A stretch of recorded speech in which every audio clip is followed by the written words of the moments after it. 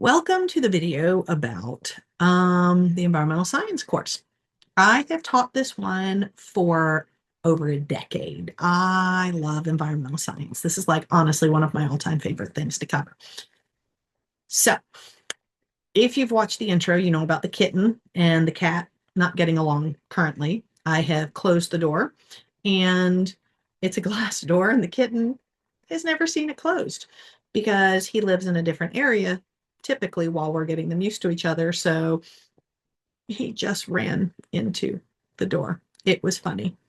So anyway, let me share your stuff. So this class will look like, I have this as student view so you can see it. There are these what to do's that I know a lot of people go by. I highly recommend don't, solely for the fact that this does not account for what I'm about to tell you you have to do.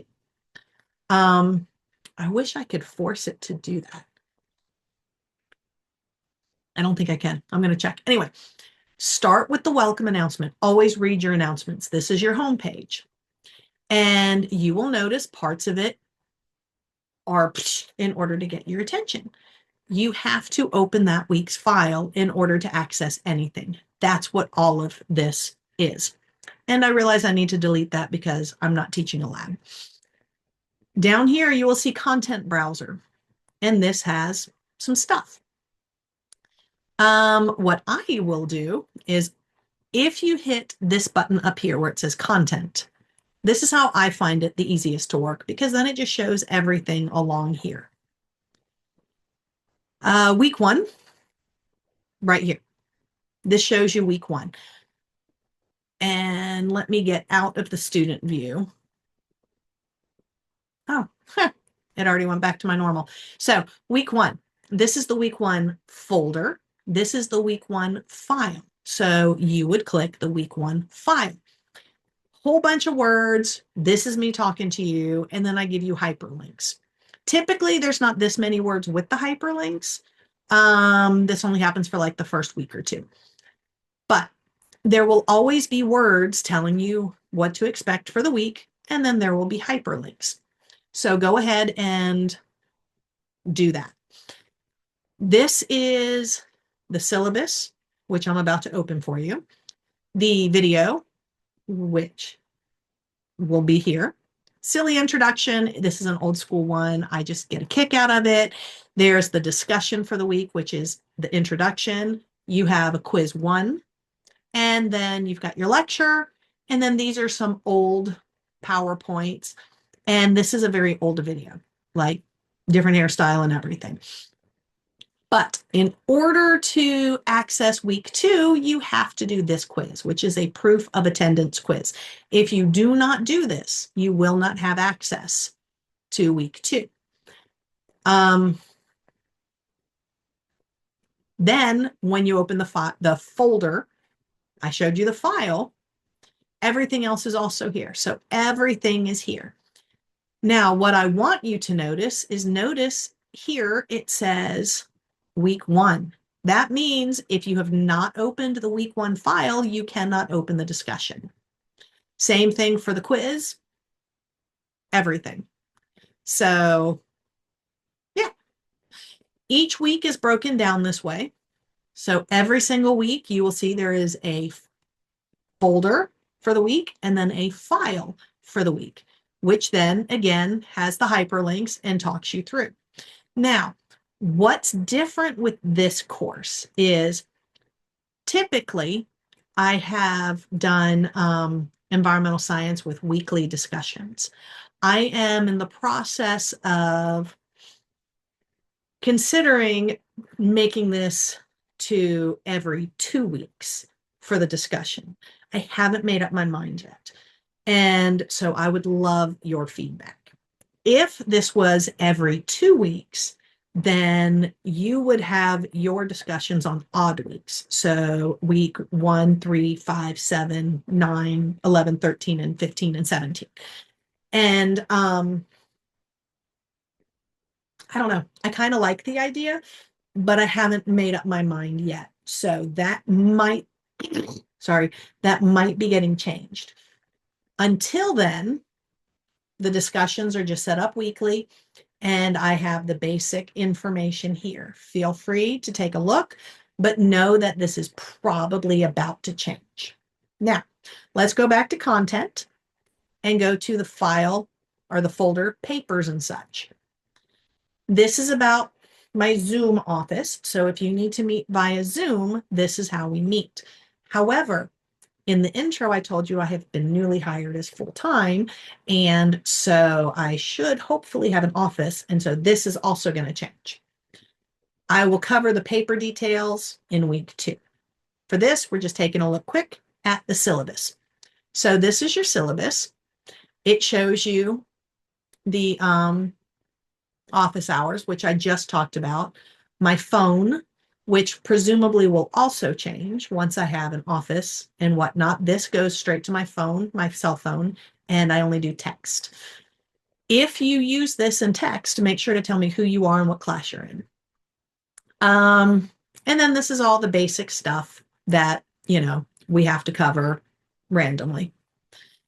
Now we have our course requirements and assignments.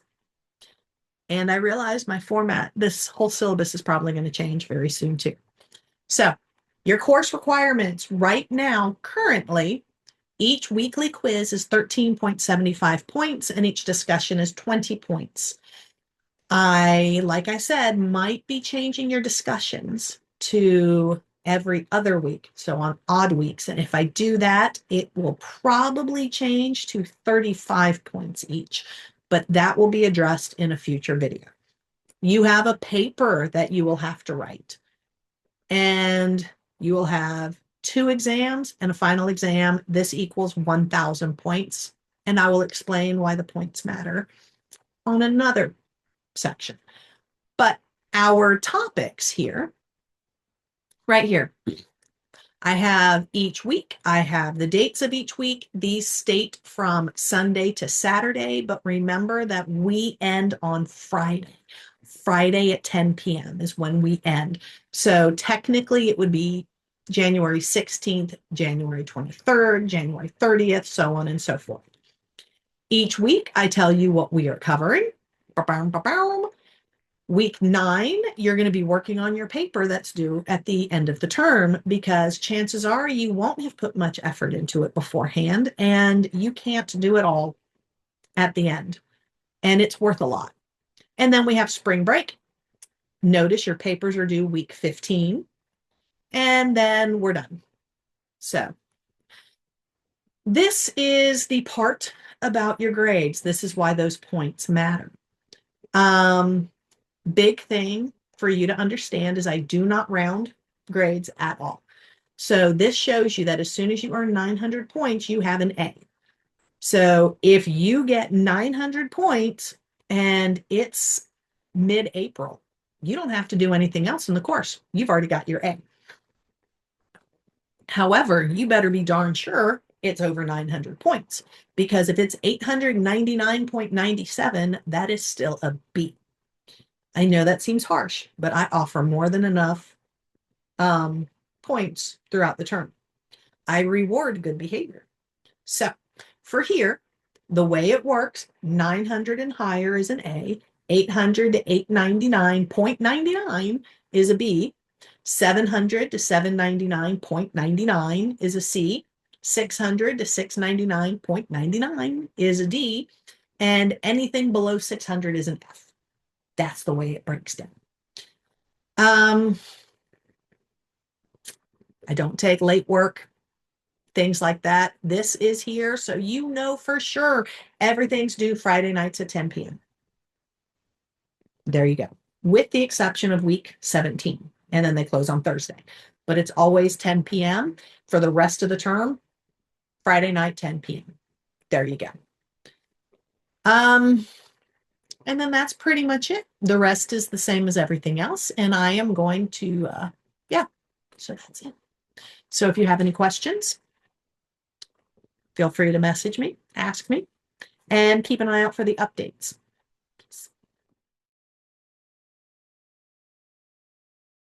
So I'm just going to scooch on down to what I think most people want to know. One, the way I grade. I use the point system. And so you are guaranteed a chance at 1,000 points over the course of the entire course for the whole term, the whole semester. There you go. I also have a lot of extra credit built in, which I'll talk about in just a moment. But the way this works is every 100 points, basically after 600, brings you up a letter grade. So as soon as you have 900 points, you are guaranteed to have an A, even if you do nothing else for the rest of the term. You already got your A. But if you have 899 points, you have a B. I do not round grades at all. So even if you got 899.97, you will receive a B because I make plenty of points available.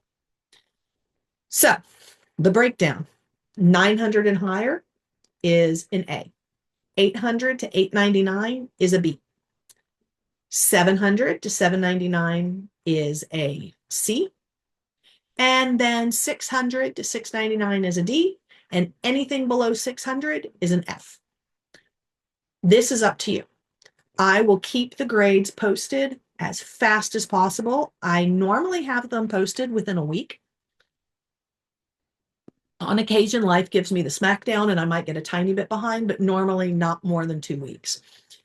I am a firm believer that you should always, always, always know what your grade is.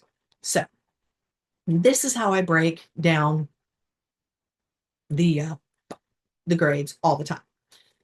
Now, I stated as soon as you get 900 points, you've got an A. I'm not kidding. If you bust butt and do everything you possibly can, you can get an A before the last couple of weeks, so then you can just coast. It's pretty phenomenal. The reason I do this is because I was one of those people who would choke randomly, and I needed that buffer. Also, the way I have this course set up is there's going to be a lot of stuff to do, and a lot of people won't follow directions, and a lot of people will be failing by midterm. But the way I have it set up is you can be failing at midterm and still get an A by the end of the term. Keep up with your points. Okay. All right. Now, reminding everybody that we are going to be talking about a lot of sensitive topics. And we are going to learn how to identify misinformation versus false information. There's another word and I'm blanking on it again. Anyway, we got a whole thing about it. We are going to talk about this thing, all of our topics, and a lot of them might get heated. You have to remain respectful of other people's views. If you want somebody to respect you, you have to respect them. It is not I feel I was disrespected and now I'm going to attack everybody. That never happens. If you feel you were disrespected, contact me. We'll talk about it. You do not retaliate, but you are going to respect everybody else's views. If you don't agree with them, this is how we learn, is to be able to talk. I have already said in the intro stuff the importance of opening that week's file. So this is reminding you, you have to do this. Okay, here's the other part. This is the way it's all going to be broken down. Every single week, there is a quiz. Every week, there is a quiz. I'm staring at this because I do believe I've changed the points here, so I need to adjust your syllabus. I do believe now your quizzes are worth 13.75 points each, and each of your discussions are going to be 35 points. And the semester-long project, I think, is 100. But I'm going to double check, and then I'm going to update the syllabus for you. But that's the big thing, is there is a quiz every single week. 17 quizzes. So make sure every week you do them. If at any point you log in and you're like, I don't see a quiz, that means you did not open that week's file. So there you go. Here's how this breaks down. Our global policies course only has 10 chapters. So I try to break them up a little bit. I try to spread them out. We never cover more than one chapter a week. And some of them get a little more than others. There is a project you will be working on. It is a group project. Yes, a group project online, and it will be due in week 15. Week 1, we're going to have some information about it. Like I'm giving you a heads up. Week 3 is when it officially begins, because week 3 is when I make the groups.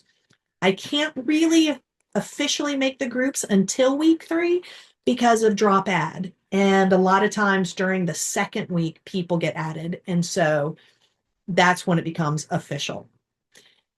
Then we will have time at midterm to work on your project. I highly recommend you work this whole time. And then you're going to be reading, doing quizzes, doing discussions, and then your project will be due week 15, and then we wrap it all up. So if you are one of those types of people who likes to work ahead, you can start reading your book ahead if you wish. Also, every week I will give you the book PowerPoints. So if you don't have access to the textbook, you've got all the PowerPoints and you can go through them.